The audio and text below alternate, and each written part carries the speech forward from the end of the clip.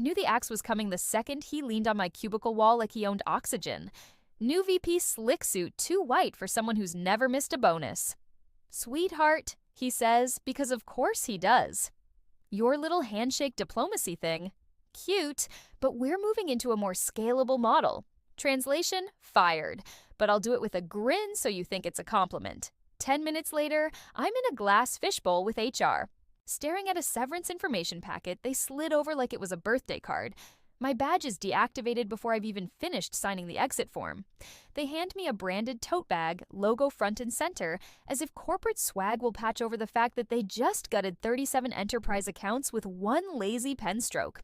As I walked past my desk for the last time, I let my fingers brush the spine of my dough-geared lighthouse binder. That binder's been with me through 2 recessions, a pandemic, and more red-eye flights than my optometrist wants to know about. Inside are 15 years of proprietary relationship maps, renewal scripts, and the kind of client trust you can't log in Salesforce. The same binder he just called replaceable. 3 of those accounts the whales have key person writers in their contracts. My name's spelled out in black and white. No me, no contract. VP didn't even blink. Somewhere in his buzzword blender brain, he thinks AI touchpoints can replace a 6 a.m. coffee with a client whose kid's science fair project you sponsored. On my monitor was a sticky note that had been there for years. Check section 12C. I wrote it during a late-night contract review after a different exec tried to cut me out of a deal I'd closed. That clause is my quiet insurance policy when I fought tooth and nail for, in a conference room no one remembers now. I smiled when I saw it, because I already knew this was going to be interesting. Oh, and before I keep going, apparently 97% of you are listening to stories like this without hitting that subscribe button. Come on, it's free and it lets my team keep serving up these corporate train wrecks with extra butter. They think silence means surrender, but silence means I'm counting. Counting the days until renewal dates hit. Counting how long until the first termination notice arrives. Counting every mistake they make now that they've handed my accounts to someone whose idea of relationship management is a webinar with bad lighting. I didn't beg, didn't argue, didn't even look back at the VP. He's the kind of man who thinks winning is hearing himself talk louder than you. My win will be quieter, paper cuts, measured, and timed until he's standing in a boardroom wondering why the air feels so thin. So I walked out, heels clicking on tile, tote bag swinging at my side. The security guard gave me that half-sympathetic nod reserved for people who just lost their job but didn't deserve to.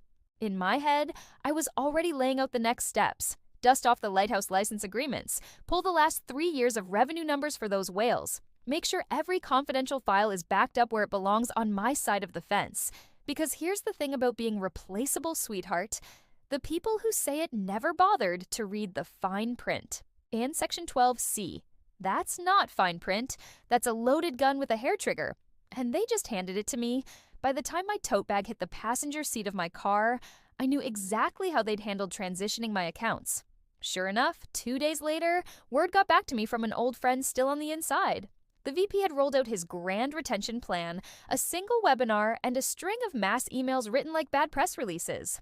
No personal check-ins, no remembering the client's kid's name. No handwritten thank you notes after contract renewals, just glossy PDFs and the hollow confidence of someone who thinks engagement is measured in click-through rates.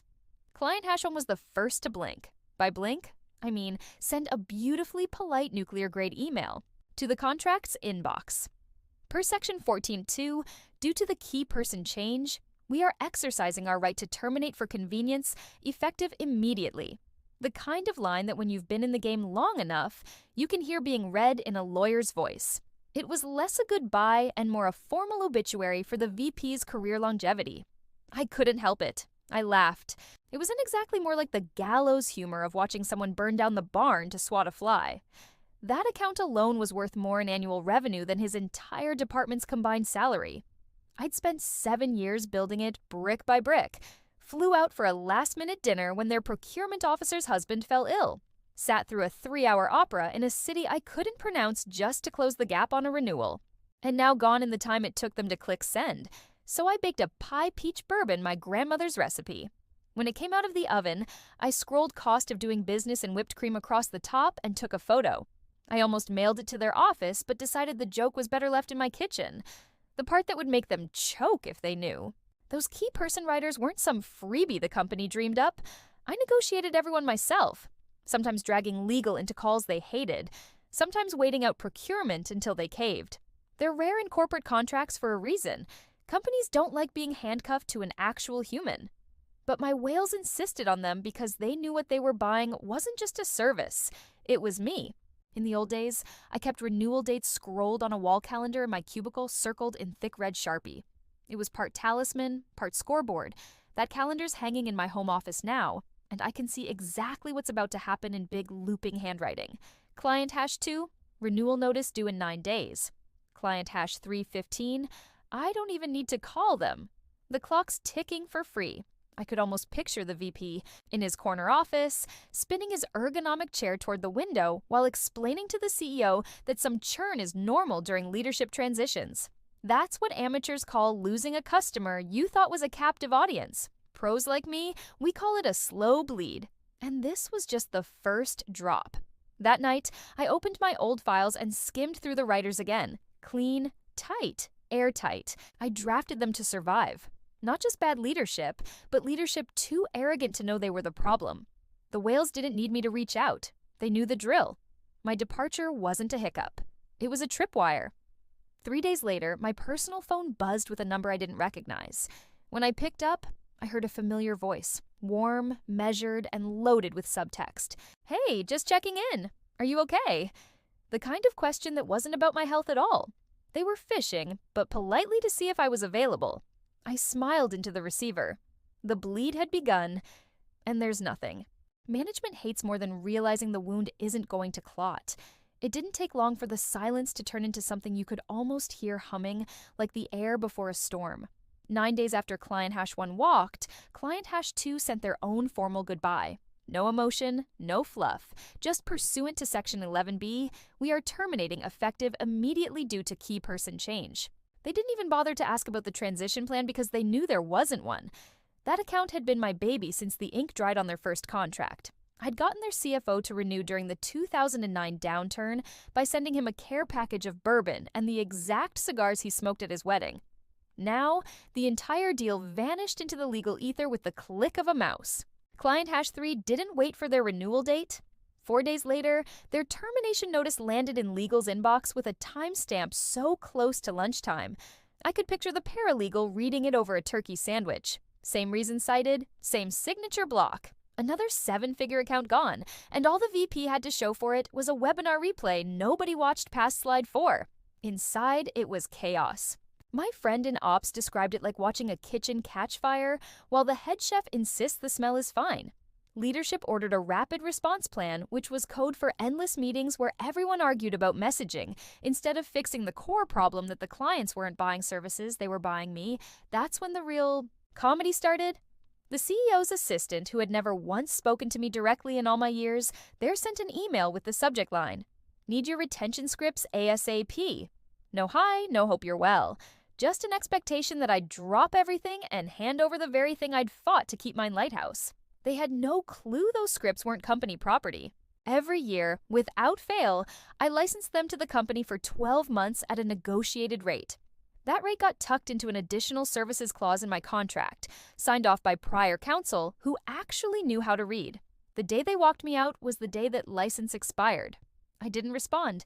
Instead, I pulled my own copies from storage, work logs, email chains, the signed Lighthouse license addenda going back a decade. Each one marked employee-originated methodology, licensed, not assigned. My performance reviews backed it up too.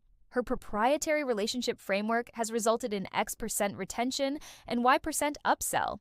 They weren't even shy about calling it proprietary. They just assumed proprietary man-hours. I spread the paperwork across my dining table like a general laying out battle plans. This wasn't revenge yet. It was preservation. You don't swing until you've indexed every receipt, every signature, every timestamp. Then my phone lit up. Caller ID the company. I almost let it go to voicemail, but curiosity got the better of me. Per your contract. The CEO's voice barked before I could even say hello. You are required to return immediately. Kin will sue to compel performance if necessary. His tone was gravel and caffeine. The kind of voice you hear in a man who's been awake for too many nights realizing he bet on the wrong horse. I let him talk. I let him think he was dictating terms. I didn't correct him. I didn't mention that Section 12C was sitting highlighted in my copy of the contract like a loaded trap. Instead, I gave him something he didn't expect. Fine, I said. Let's read the contract together. I could almost hear his jaw tighten on the other end. The silence that followed wasn't confusion. It was the faint awareness of a man stepping onto thin ice without realizing it's already cracking. The invitation came through as a calendar block titled Emergency Strategy Session Mandatory Attendance. I accepted without comment and replied with one line, "Please confirm counsel will be present." No way was I stepping into their boardroom without a witness whose job it was to read the same language I was about to hand them. That morning I dressed the way I do when I know I'm going to war, but intend to look like I'm going to brunch. Neutral silk blouse, navy blazer, no jewelry except my wedding band. I carried two things: a slim leather folio holding 3 pristine copies of my employment agreement and a separate folder marked in black Sharpie. Lighthouse license agreements complete. The folio was for show. The folder was the loaded weapon. When I walked into the boardroom, the temperature felt a few degrees too cold, the way HVAC always does in rooms where people make bad decisions they hope to blame on someone else. The CEO was already at the head of the table, tie slightly askew coffee in a paper cup instead of his usual stainless tumbler. Small details but telling. The VP was there too, leaning back in his chair with that smirk that says, "This is all just a formality, and you're about to play your part." HR sat to the side, lips pressed together, shuffling papers they didn't need to shuffle. And sure enough, every few seconds, the HR director made that little throat-clearing sound I've learned to translate as, "We stepped in it, and I know it, but I'm not going to say it out loud." The CEO opened the meeting with pure bluster, projecting his voice like we were in a stadium instead of a glass-walled room. He threw around words like breach, obligation, and critical operational need. The VP occasionally nodded along, as if his agreement gave weight to anything. When the CEO paused for breath, I laid my folio on the table, unzipped it slowly, and slid a copy of my employment agreement toward him. One toward the general counsel, one toward the HR director. "Let's read it together," I said evenly. I reached into my blazer pocket and produced 2 yellow sticky flags, placing one on Section 12C and another on Exhibit D, the section titled Employee Originated Accounts. I didn't say what was in them. I didn't need to. The point was to make counsel's eyes go exactly where I wanted them without distraction. The general counsel adjusted his glasses and started reading. At first, his eyes moved quickly, the way people skim when they think they already know what they'll find. But then his pen, which had been tapping idly on the table, slowed and stopped. His lips began moving silently like he was reading the same line twice, just to make sure he hadn't hallucinated it. He glanced at Exhibit D, then back to Section 12C, then up at me with an expression that was no longer neutral. The VP's smirk faltered just a hair, enough for me to catch it. HR had stopped shuffling papers entirely. "I'd like to make sure everyone here understands," I said, voice still calm, "that Section 12C was negotiated after prior leadership attempted to reassign my accounts without acknowledgement or credit. It outlines specific conditions for what happens when the company terminates me without cause and then attempts to compel my continued service." I tapped the yellow flag on Exhibit D, and Exhibit D identifies which accounts are defined as employee originated. Those are the same accounts the company has been trying to retain for the last 2 weeks unsuccessfully. The CEO leaned back slightly, as if physical distance from the paper would change the words printed on it. The general counsel kept reading slower now, as if every sentence weighed more than the last. And behind his glasses, I saw it. The storm-building moment when a lawyer realizes the client who thought they were in control just walked into their own trap. I didn't rush him. Storms are more powerful when they have room to gather force. The general counsel finally set his pen down, flattening his palm over Section 12. See, like he was holding it in place to keep the words from running off the page. His voice was slower now, deliberate as he read aloud for the room upon termination without cause. 1. Non-compete and non-solicit dissolve with respect to employee-originated accounts. 2. Any attempt to compel service triggers a mandatory buyout equal to 2.5 times the trailing 12-month revenue from those accounts. 3. Continued use of Lighthouse materials post-termination without license constitutes willful infringement with fees shifting. He stopped, adjusted his glasses again, and read it silently one more time. I could see the shape of the realization moving through him. First curiosity, then disbelief. Then that quiet, resigned understanding lawyers get when they know the other side isn't just holding a trump card, they're holding the whole deck. For me, the emotion wasn't gloating. It was vindication braided with something sadder. I hadn't written that clause because I wanted a war. I'd written it because once years ago, another VP tried to strip my accounts and hand them to his golfing buddy. And the only thing that stopped him was me refusing to sign my renewal without a carve-out. I'd fought for those words like someone fights to keep their own name. All I'd ever wanted was credit, recognition for the fact that my accounts weren't just company assets. They were relationships I'd grown, guarded, and bled for. I remembered the night I got the email from old counsel. It's unusual, but it's enforceable. If they sign, you're bulletproof. I kept that email, printed it, filed it in a red folder, and tucked it behind my lighthouse agreements. That folder was sitting on the chair beside me right now, its corner just visible under my jacket sleeve. The VP, still trying to project control, let out a soft laugh, more exhale than sound, and muttered something about overly generous, language that wouldn't hold up. Counsel didn't even look at him. Instead, he turned to HR, his voice low enough to make the entire table lean in. Did you terminate her without cause? HR didn't answer right away. The director shifted in her seat, glanced at the CEO, and then down at the table. The silence was enough. It wasn't the defensive we'll check the record kind of pause. It was the pause of someone who already knew the record would hang them. The CEO broke the moment by clearing his throat and flipping through the agreement as if another page might change the one in front of him. But he wasn't fooling anyone, least of all me. The math was already forming in counsel's head. 3 whales trailing 12-month revenue in the high 7 figures multiplied by 2.5 plus statutory damages for willful IP infringement. If they'd touched Lighthouse since my last paid license was the kind of number that makes board members whisper and shareholders ask why no one saw this coming. I sat perfectly still, letting the weight of it settle. In my mind, I could hear the clock ticking. Not the one on the wall, but the one that had started running the second they walked me out. The buyout clock, the damages clock, the we've just made a very expensive mistake clock. The VP glanced at me again, maybe looking for some sign that I'd waver, but I didn't. I wasn't here to beg for my job back or to trade insults. I was here to watch them read their own signatures and realize exactly what they'd agreed to. And now they had. The room went still for a beat too long, the kind of pause where everyone's trying to figure out who speaks next without admitting they're the one in trouble. Finally, the general counsel broke the silence with a single instruction to finance. Pull the trailing 12-month revenue for the 3 employee-originated accounts listed in Exhibit D. Now, a junior analyst in a navy suit slipped out of the boardroom, laptop already open, moving like someone who knew this wasn't just busy work. It was a live grenade.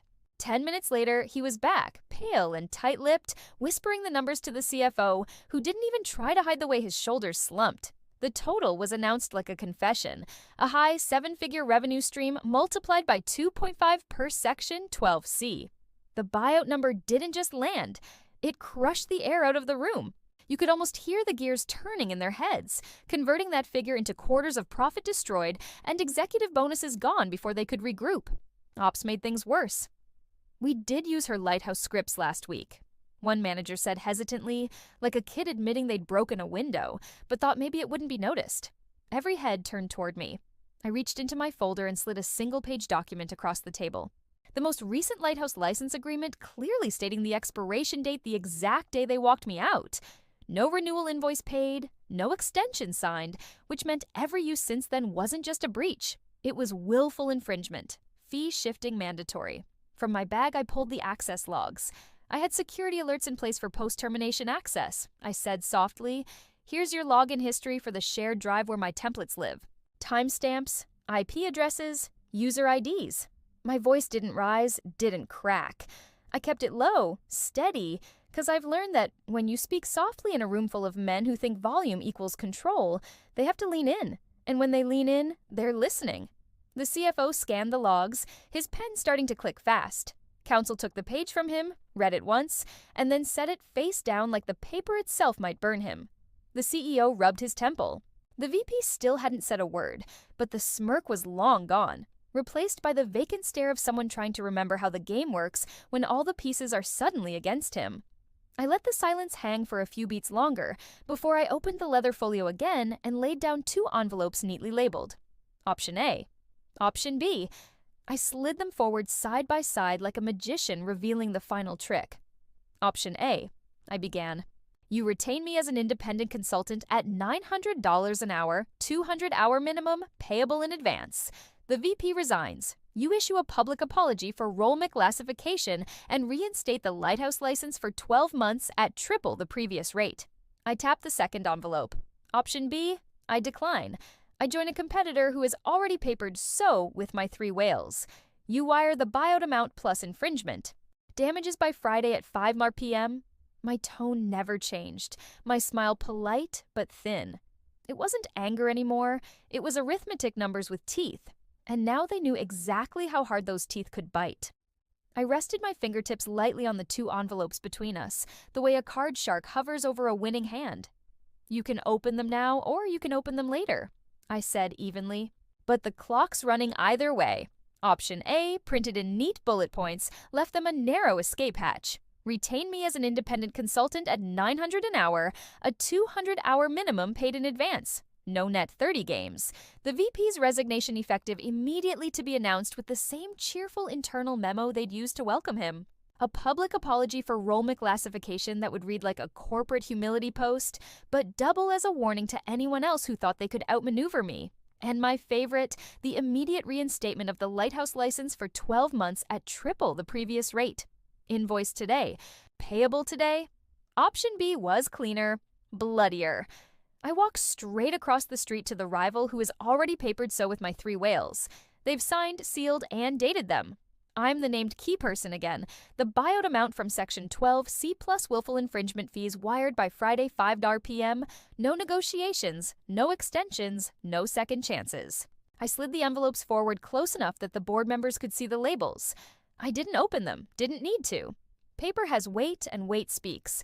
I saw the CFO glance at the slightly thicker envelope, option B, and then look away like staring at it too long might make it real. The VP finally found his voice, and it came out too loud, the way people sound when they're trying to drown out their own pulse. "This is extortion," he barked, puffing himself up in the chair. "The Lighthouse methodology is company property. You built it here." I didn't interrupt. I just tilted my head and looked at him like you might look at a dog barking at its own reflection. Then I turned slowly to counsel because I didn't need to answer, not when someone else could do it for me. Counsel didn't even glance at the VP. He picked up my contract, flipped to Exhibit D. Read aloud, Lighthouse proprietary methodology licensed annually by mutual agreement. Ownership remains with the employee originated account holder. He set the page down, looked directly at the VP, and said, "It's not yours." The words landed like a gavel. The VP started to speak again, but counsel cut him off and continuing to use those materials without a current license. He trailed off, adjusted his glasses, and looked at me. "You have access logs." I slid them over without a word. The timestamp logins sat on the table like fingerprints at a crime scene. Counsel nodded once like he just mentally recalculated the damages figure. I smiled then, not the kind of smile you give a friend, but the kind that flickers in a blackout, sudden and sharp, letting everyone know the lights aren't coming back on until you decide they do. "Choose wisely," I said. The clock's already halfway through its last tick. And then I sat back, letting the hum of fluorescent lights fill the silence, waiting to see which envelope they had the stomach to touch first. The VP must have thought doubling down was his best bet, because he leaned forward, elbows on the table, and spat it out again, louder this time, like volume could turn fiction into fact. Lighthouse is company property. It was developed here with our resources. It belongs to us. Counsel didn't even sigh. He just turned the pages of my contract slowly, deliberately, until he reached Exhibit D. His voice was crisp when he read it aloud. Lighthouse proprietary methodology, licensed annually by mutual agreement. Ownership remains with the employee-originated account holder.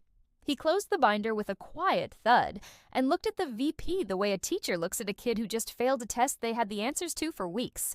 The CEO's hand was shaking now, not from anger but from something worse. Realization. HR, still glued to the chair, spoke so softly I almost didn't catch it. Wei reused her scripts. Her eyes flicked to me, then to Counsel like she was hoping one of us would say it didn't matter. Counsel didn't. Instead, he muttered something under his breath that was just loud enough for me to hear. Oh my God. And it wasn't blasphemy. It was math. The damages calculation had just tripled in his head. I felt no rush of anger, no adrenaline spike. What settled into my bones instead was a clean, cold peace. This wasn't personal anymore. It was arithmetic. They weren't enemies. They were line items, and I knew exactly how to tally them. From my folder, I drew 2 more pieces of paper. One was a set of board meeting minutes from 3 years back, signed by the corporate secretary, noting Lighthouse as a third-party methodology licensed from my name during a strategy session. The other was the original origin memo signed by me, witnessed by old counsel, stating, "I developed the framework independently before joining the company. These weren't just documents, they were anchors. Once on the table, they kept the truth from drifting anywhere convenient." The VP went quiet, the fight leaking out of him in slow drips. The CEO leaned back, looking like a man trying to see a way out of a locked room without touching the door. HR's gaze was fixed on the invoice pad I just pulled from my folio. I wrote in silence. 1. Page. No fluff. The buyout amount per Section 12C, the calculated infringement fees for every unauthorized use of Lighthouse post-termination. The total circled in ink dark enough to bleed through the back. At the bottom, I wrote the deadline, Friday, 5 p.m., and I slid it across the table, the paper making that faint whisper sound that always follows the sharp edge of a decision. No speeches, no dramatics, just the number, the clause citation, and the date. That was all the air left in the room. And it was mine. I leaned forward, one fingertip resting on the exact sentence in Section 12. See? The CEO had been so eager to invoke when he called me days earlier. "This is the line you thought would force me back," I said, my voice low but sharp enough to cut through the stale boardroom air. What it actually says is that any attempt to compel my service after a termination without cause triggers the mandatory buyout and dissolves every restrictive covenant tied to my accounts.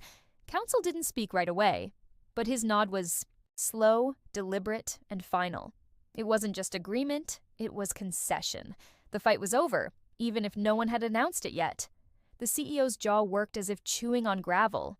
Finally, he asked, "What would it take to make this go away?" There was no menace in the question now, just exhaustion.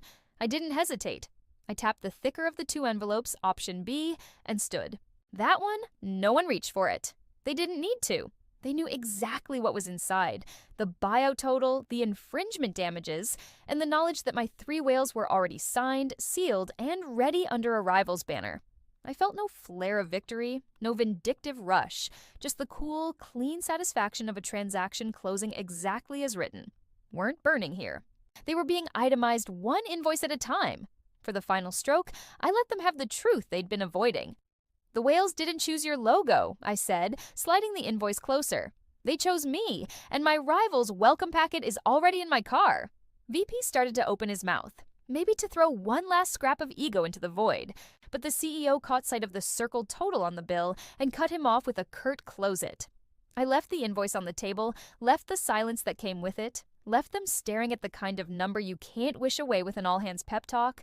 By the time the wire hit my account, my old badge wouldn't open the lobby turnstile anymore, and my calendar already full. Big thanks for watching, you sneaky seniors. Subscribe to keep the coffee pot brewing revenge. Your ex-colleagues won't know what hit.